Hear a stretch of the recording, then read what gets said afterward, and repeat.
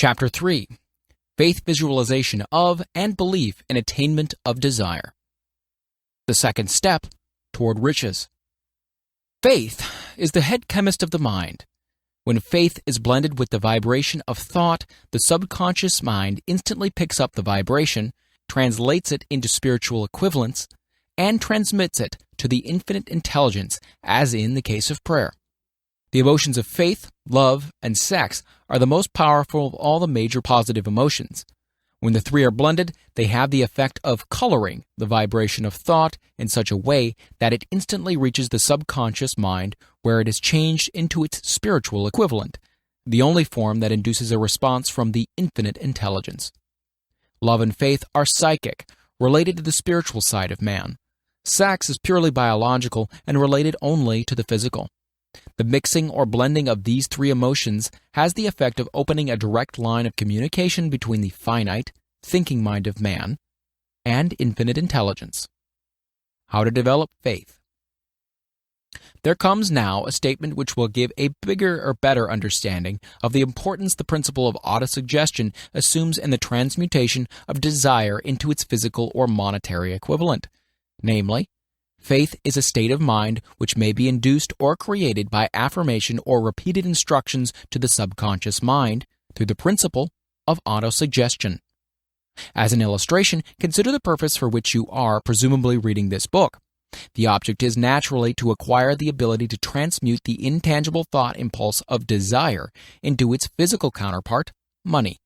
By following the instructions laid down in the chapters on autosuggestion and the subconscious mind, as summarized in the chapter on autosuggestion, you may convince the subconscious mind that you believe you will receive that for which you ask, and it will act upon that belief, which your subconscious mind passes back to you in the form of faith, followed by definite plans for procuring that which you desire. The method by which one develops faith where it does not already exist is extremely difficult to describe, almost as difficult, in fact, as it would be to describe the color of red to a blind man who has never seen color and has nothing with which to compare what you describe to him. Faith is a state of mind which you may develop at will after you have mastered the 13 principles, because it is a state of mind which develops voluntarily through application and use of these principles. Repetition of affirmation of orders to your subconscious mind is the only known method of voluntary development of the emotion of faith. Perhaps the meaning may be made clearer through the following explanation as to the way men sometimes become criminals. Stated in the words of a famous criminologist, when men first come into contact with crime, they abhor it. If they remain in contact with crime for a time, they become accustomed to it and endure it. When they remain in contact with it for long enough, they finally embrace it and become influenced by it. This is the equivalent of saying that any impulse of thought which is repeatedly passed on to the subconscious mind is, finally, accepted and acted upon by the subconscious mind, which proceeds to translate that impulse into its physical equivalent by the most practical procedure available. In connection with this, consider again the statement, all thoughts which have been emotionalized, given feeling, and mixed with faith, begin immediately to translate themselves into their physical equivalent or counterpart. The emotions, or the feeling portion of thoughts, are the factors which give thoughts vitality, life, and action. The emotions of faith, love, and sex, when mixed with any thought impulse, give it greater action than any of these emotions can do singly. Not only thought impulses which have been mixed with faith, but those which have been mixed with any of the positive emotions or any of the negative emotions may reach and influence the subconscious mind. From this statement, you will understand that the subconscious mind will translate into its physical equivalent a thought impulse of a negative or destructive nature, just as readily as it will act upon the thought impulses of a positive or constructive nature. This accounts for the strange phenomenon so many millions of people experience, referred to as misfortune or bad luck. There are millions of people who believe themselves doomed to poverty and failure because of some strange force over which they believe they have no control. They are the creators of their own misfortunes because of this negative belief, which is picked up by the subconscious mind and translated into its physical equivalent. This is an appropriate place at which to suggest again that you may benefit by passing on to your subconscious mind any desire which you wish translated into its physical or monetary equivalent, in a state of expectancy or belief that transmutation will actually take place. Your belief or faith is the element which determines the action of your subconscious mind. There is nothing to hinder you from deceiving your subconscious mind when giving it instructions through autosuggestion, just as I deceived, quote-unquote, my son's subconscious mind. To make this deceit more realistic, conduct yourself just as you would if you were already in possession of the material thing which you are demanding when you call upon your subconscious mind. The subconscious mind will transmute into its physical equivalent by the most direct and practical media available any order which is given to it in a state of belief or faith that the order will be carried out. Surely, enough has been stated to give a starting point from which one may, through experiment and practice, acquire the ability to mix faith with any order given to the subconscious mind. Perfection will come through practice. It cannot come by merely reading instructions. If it be true that one may become a criminal by association with crime, and this is a known fact, it's equally true that one may develop faith by voluntarily suggesting to the subconscious mind that one has faith. The mind comes finally to take on the nature of the influences which dominate it. Understand this truth, and you will know why it is essential for you to encourage the positive emotions as dominating forces of your mind, and discourage and eliminate negative emotions. A mind dominated by positive emotions becomes a favorable abode for the state of mind known as faith. A mind so dominated may at will give the subconscious mind instructions, which it will accept and act upon immediately. Faith is a state of mind which may be induced by autosuggestion. All down the ages, religionists have admonished struggling humanity to have faith in this, that, and other dogma or creed, but they have failed to tell people how to have faith. They have not stated that faith is a state of mind and that it may be induced by self-suggestion. In language which any normal human being can understand, we will describe all that is known about the principle through which faith may be developed, where it does not already exist. Have faith in yourself, faith in the infinite. Before we begin, you should be reminded again that faith is the eternal elixir which gives life, power, and action to the impulse of thought. The foregoing sentence is worth reading a second time, and a third, and a fourth. It is worth reading aloud. Faith is the starting point of all accumulation of riches. Faith is the basis of all miracles and all mysteries which cannot be analyzed by the rules of science. Faith is the only known antidote for failure. Faith is the element, the chemical, which, when mixed with prayer, gives one direct communication with infinite intelligence. Faith is the element which transforms the ordinary vibration of thought created by the finite mind of man into the spiritual equivalent. Faith is the only agency through which the cosmic force of infinite intelligence can be harnessed and used by man. Every one of the foregoing statements is capable of proof. The proof is simple and easily demonstrated. It is wrapped up in the principle of autosuggestion. Let us center our attention, therefore, upon the subject of self-suggestion and find out what it is and what it is capable of achieving. It is a well-known fact that one comes finally to believe whatever one repeats to oneself, whether the statement be true or false. If a man repeats a lie over and over, he will eventually accept the lie as truth. Moreover, he will believe it to be the truth. Every man is what he is because of the dominating thoughts which he permits to occupy his mind. Thoughts which a man deliberately places in his own mind and encourages with sympathy, and with which he mixes any one or more of the emotions, constitute the motivating forces which direct and control his every movement, act, and deed. Comes now a very significant statement of truth. Thoughts which are mixed with any of the feeling of emotions constitute a magnetic force which attracts, from the vibrations of the ether, other similar or related thoughts. A thought thus magnetized with emotion may be compared to a seed which, when planted in fertile soil, germinates, grows, and multiplies itself over and over again until that which was originally one small seed becomes countless millions of seeds of the same brand. The ether is a great cosmic mass of eternal forces of vibration. It is made up of both destructive vibrations and constructive vibrations. It carries at all times vibrations of fear, poverty, disease, failure, misery, and vibrations of prosperity, health, success, and happiness, just as surely as it carries the sound of hundreds of orchestrations of music and hundreds of human voices, all of which maintain their own individuality and means of identification through the medium of radio. From the great storehouse of the ether, the human mind is constantly attracting vibrations which harmonize with that which dominates the human mind. Any thought, idea, plan, or purpose which one holds in one's mind attracts, from the vibrations of the ether, a host of its relatives, adds these relatives to its own force, and grows until it becomes the dominating, motivating master of the individual in whose mind it has been housed. Now let us go back to the starting point and become informed as to how the original seed of an idea, plan, or purpose may be planted in the mind. The information is easily conveyed. Any plan, idea, or purpose may be placed in the mind through repetition of thought. This is why you are asked to write out a statement of your major purpose, or definite chief aim, commit it to memory, and repeat it in audible words day after day until these vibrations of sound have reached your subconscious mind. We are what we are because of the vibrations of thought which we pick up and register through the stimuli of our daily environment. Resolve to throw off the influences of any unfortunate environment and to build your own life to order.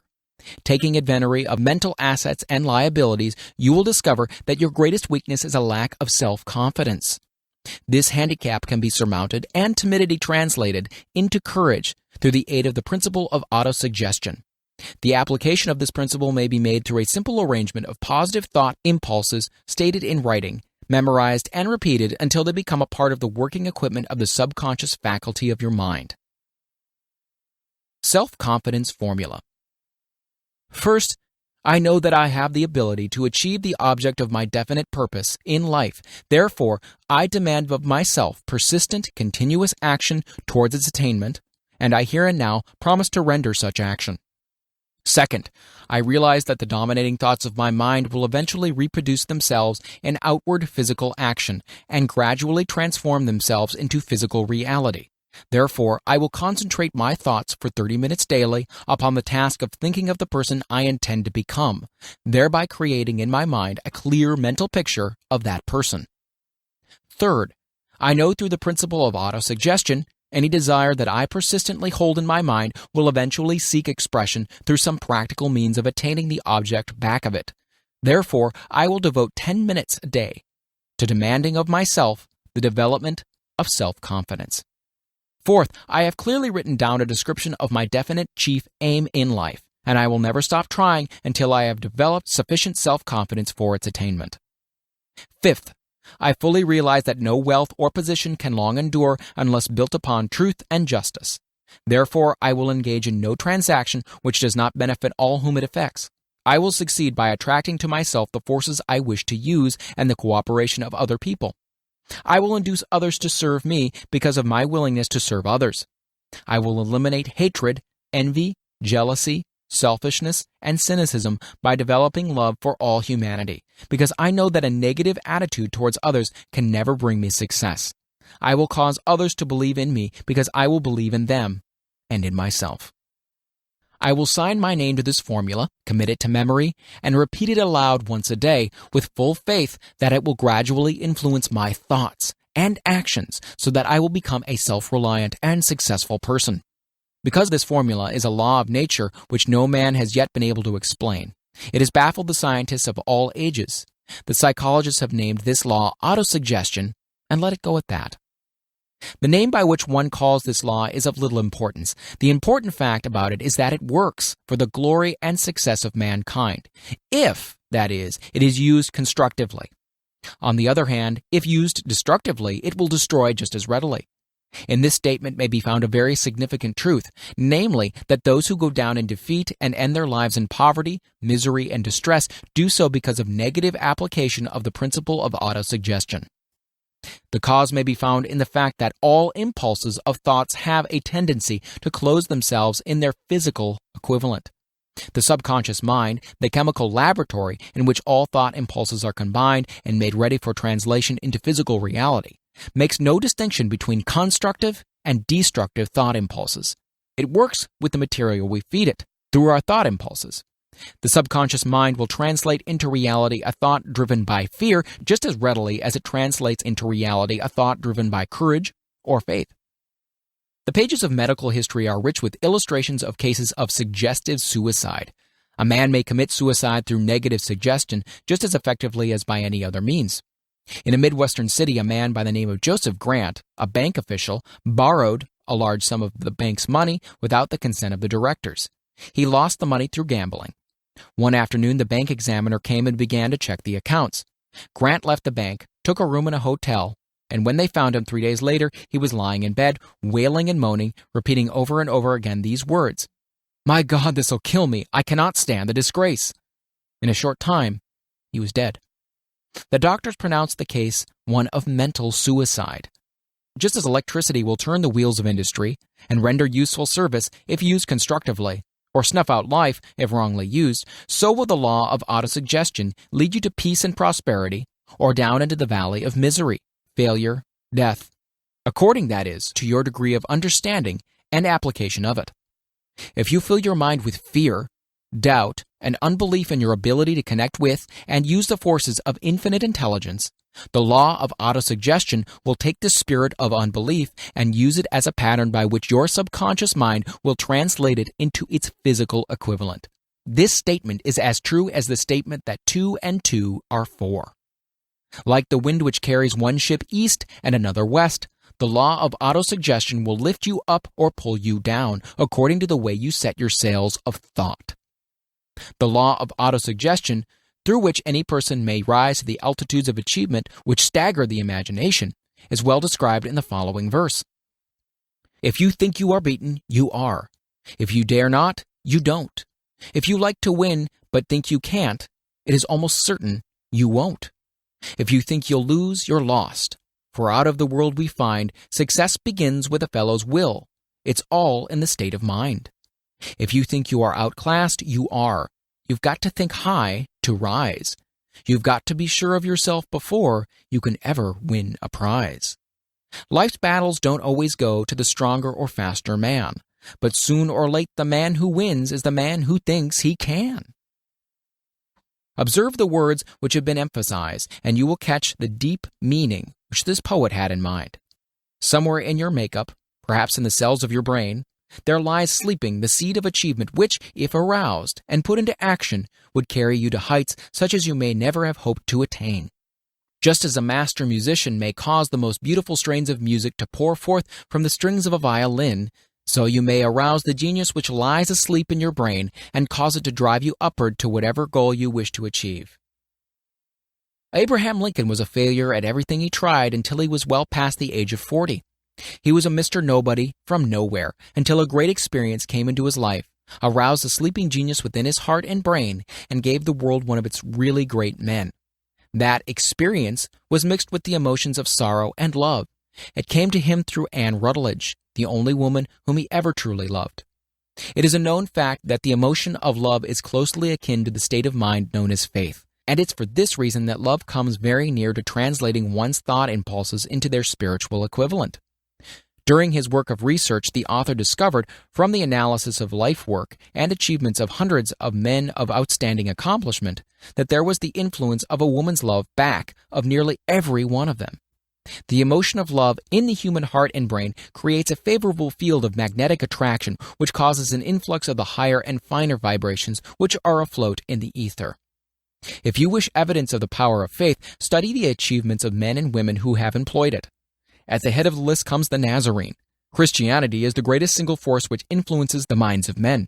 The basis of Christianity is faith. No matter how many people may have perverted or misinterpreted the meaning of this great force, and no matter how many dogmas and creeds have been created in its name which do not reflect its tenets. The sum and substance of the teachings and achievements of Christ, which may have been interpreted as miracles, were nothing more nor less than faith. If there are any such phenomena as miracles, they are produced only through the state of mind known as faith. Some teachers of religion, and many who call themselves Christians, never understand nor practice faith. Let us consider the power of faith as it is now being demonstrated by a man who is well known to all of civilization, Mahatma Gandhi of India. In this man, the world has one of the most astounding examples known to civilization of the possibilities of faith. Gandhi wields more potential power than any man living at his time, and this despite the fact that he has none of the orthodox tools of power, such as money, battleships, soldiers, and materials of warfare. Gandhi has no power, he has no home, he does not own a suit of clothes, but he does have power. How does he come by that power? He created it out of his own understanding of the principle of faith, and through his ability to transplant that faith into the minds of 200 million people. Gandhi has accomplished through the influence of faith that which the strongest military power on earth could not and never will accomplish through soldiers and military equipment. He has accomplished the astounding feat of influencing 200 million minds to coalesce and move in unison as a single mind. What other force on earth except faith could do as much? There will come a day when employees as well as employers will discover the possibilities of faith. The day is dawning. The whole world has had ample opportunity during the recent business depression to witness what the lack of faith will do to business. Surely civilization has produced a sufficient number of intelligent human beings to make use of this great lesson which the depression has taught the world. During this depression, the world had evidence in abundance that widespread fear will paralyze the wheels of industry and business. Out of this experience will arise leaders in business and industry who will profit by the example which Gandhi has set for the world, and they will apply to business the same tactics which he has used in building the greatest following known in the history of the world.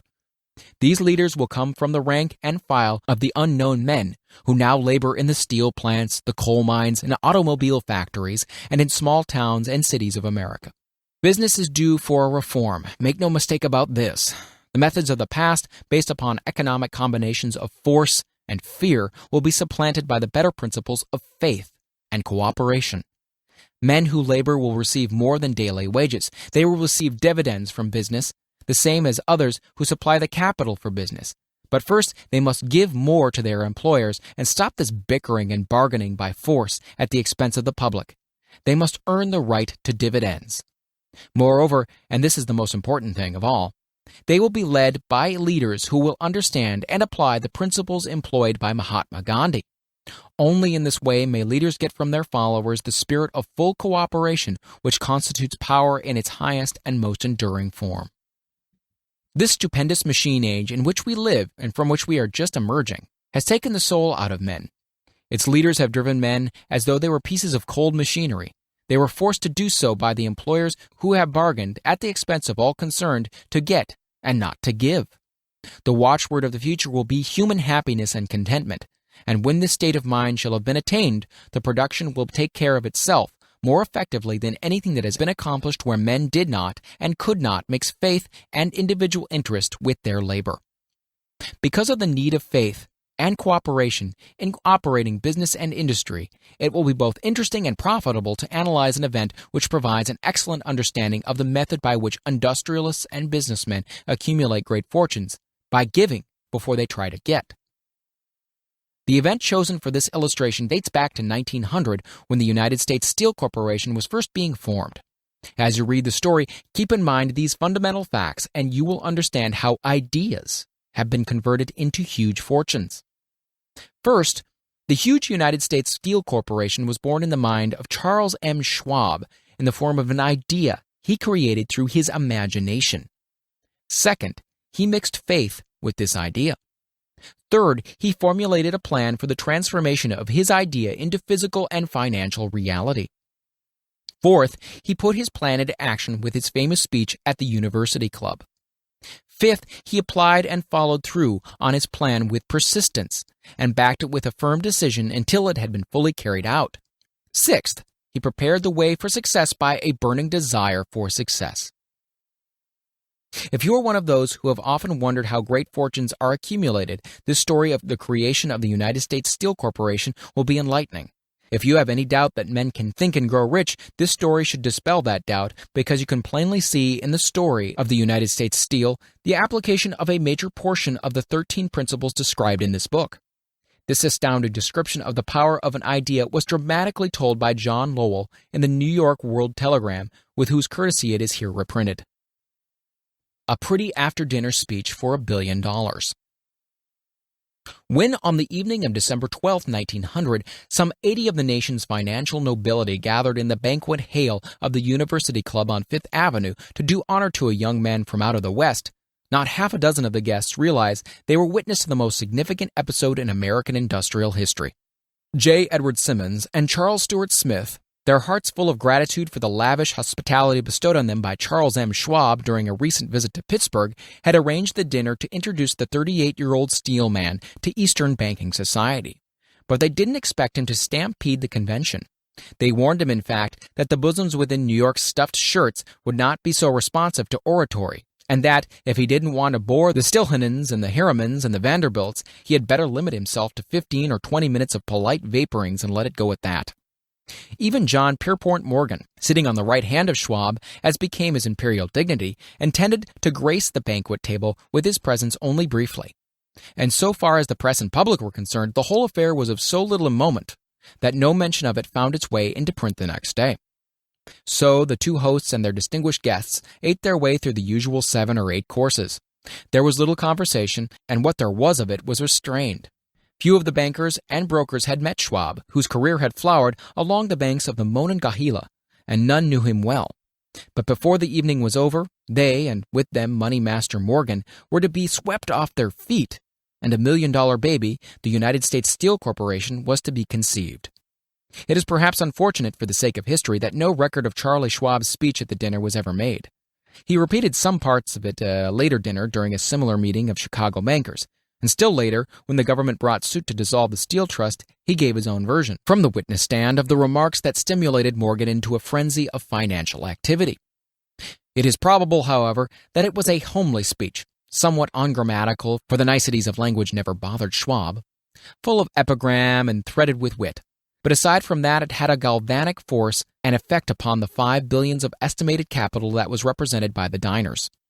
After it was over and the gathering was still under its spell, although Schwab had talked for 90 minutes, Morgan led the orator to a recessed window where, dangling their legs from the high, uncomfortable seat, they talked for an hour more. The magic of the Schwab personality had been turned on full force, but what was more important and lasting was the full-fledged, clear-cut program he laid down for the aggrandizement of steel. Many other men had tried to interest Morgan in slapping together a steel trust after the pattern of the biscuit, wire and hoop, sugar, rubber, whiskey, oil, or chewing gum combinations. John W. Gates, the gambler, had urged it, but Morgan distrusted him. The Moore boys, Bill and Jim, Chicago stock jobbers who had glued together a match trust and a cracker corporation, had urged it and failed. Albert H. Gary, the sanctimonious country lawyer, wanted to foster it, but he wasn't big enough to be impressive. Until Schwab's eloquence took J.P. Morgan to the heights from which he could visualize the solid results of the most daring financial undertaking ever conceived, the project was regarded as a delirious dream of easy money crackpots. The financial magnetism that began a generation ago to attract thousands of small and sometimes inefficiently managed companies into large and competition-crushing combinations had become operative in the steel world through the devices of that jovial business pirate, John W. Gates. Gates already had formed the American Steel and Wire Company out of a chain of small concerns, and together with Morgan had created the Federal Steel Company. The National Tube and American Bridge Companies were 2 more Morgan concerns, and the Moore brothers had forsaken the match and cookie business to form the American Group: Tin Plate, Steel Hoop, Sheet Steel, and National Steel Company. But by the side of Andrew Carnegie's gigantic vertical trust, a trust owned and operated by 53 partners, those other combinations were picayune. They might combine to their heart's content, but the whole lot of them couldn't make a dent in Carnegie's organization, and Morgan knew it. The eccentric old Scot knew it too. From the magnificent heights of Skibo Castle, he had viewed, first with amusement and then with resentment, the attempts of Morgan's smaller companies to cut into his business. When the attempts became too bold, Carnegie's temper was translated into anger and retaliation. He decided to duplicate every mill owned by his rivals. Hitherto, he hadn't been interested in wire, pipe, hoops, or sheet. Instead, he was content to sell such companies the raw steel and let them work it into whatever shape they wanted. Now, with Schwab as his chief and able lieutenant, he planned to drive his enemies to the wall. So it was that in the speech of Charles M. Schwab, Morgan saw the answer to his problem of combination. A trust without Carnegie, giant of them all, would be no trust at all. A plum pudding, as one writer said, without the plums. Schwab's speech on the night of December 12, 1900, undoubtedly carried the influence, though not the pledge, that the vast Carnegie enterprise could be brought under the Morgan tent. He talked of the world future for steel, of reorganization for efficiency, of specialization, of the scrapping of unsuccessful meals and concentration of effort on the flourishing properties, of economies in the ore traffic, of economies in overhead and administrative departments, of capturing foreign markets. More than that, he told the buccaneers among them wherein lay the errors of their customary piracy. Their purposes, he inferred, had been to create monopolies, raise prices, and pay themselves fat dividends out of privilege. Schwab condemned the system in his heartiest manner. The short-sightedness of such policy, he told his hearers, lay in the fact that it restricted the market in an era when everything carried for expansion. By cheapening the cost of steel, he argued, an ever-expanding market would be created. More uses for steel would be devised, and a goodly portion of the world trade could be captured. Actually, though he did not know it, Schwab was an apostle of modern mass production. So the dinner at the University Club came to an end. Morgan went home to think about Schwab's rosy predictions. Schwab went back to Pittsburgh to run the steel business, while Gary and the rest went back to their stock tickers to fiddle around in anticipation of the next move. It was not long coming. It took Morgan about 1 week to digest the feast of reason Schwab had placed before him. When he had assured himself that no financial indigestion was to result, he sent for Schwab and found that young man rather coy. Mr. Carnegie, Schwab indicated, might not like it if he found his trust company president had been flirting with the Emperor of Wall Street, the street upon which Carnegie had resolved never to tread. Then it was suggested by John W. Gates, the go-between, that if Schwab happened to be in the Bellevue Hotel in Philadelphia, J.P. Morgan might also happen to be there. When Schwab arrived, however, Morgan was inconveniently ill at his New York home, and so, on the elder man's pressing invitation, Schwab went to New York and presented himself at the door of the financier's library. Now, certain economic historians have professed the belief that from the beginning to the end of the drama, the stage was set by Andrew Carnegie, that the dinner to Schwab, the famous speech, the Sunday night conferences between Schwab and the Money King were events arranged by the Kenny Scott. The truth is exactly the opposite. When Schwab was called in to consummate the deal, he didn't even know whether the little boss, as Andrew was called, would so much as listen to an offer to sell, particularly to a group of men whom Andrew regarded as being endowed with something less than holiness. But Schwab did take into the conference with him, in his own handwriting, 6 sheets of copperplate figures, representing to his mind the physical worth and potential earning capacity of every steel company he regarded as an essential star in the new metal firmament. 4 men pondered over these figures all night. The chief, of course, was Morgan, steadfast in his belief in the divine right of money. With him was his aristocratic partner, Robert Bacon. The third was John W. Gates, whom Morgan scorned as a gambler and used as a tool. The fourth was Schwab, who knew more about the processes of making and selling steel than any whole group of men then living. Throughout that conference, the Pittsburghers' figures were never questioned. If he had said a company was worth so much, then it was worth that much and no more. He was insistent, too, upon including in the combination only those concerns he nominated. He had conceived a corporation in which there would be no duplication, not even to satisfy the greed of friends who wanted to unload their companies upon the broad Morgan shoulders. Thus he left out, by design, a number of the larger concerns upon which the walruses and carpenters of Wall Street had cast hungry eyes. When dawn came, Morgan rose and straightened his back. Only one question remained. "Do you think you can persuade Andrew Carnegie to sell?" he asked.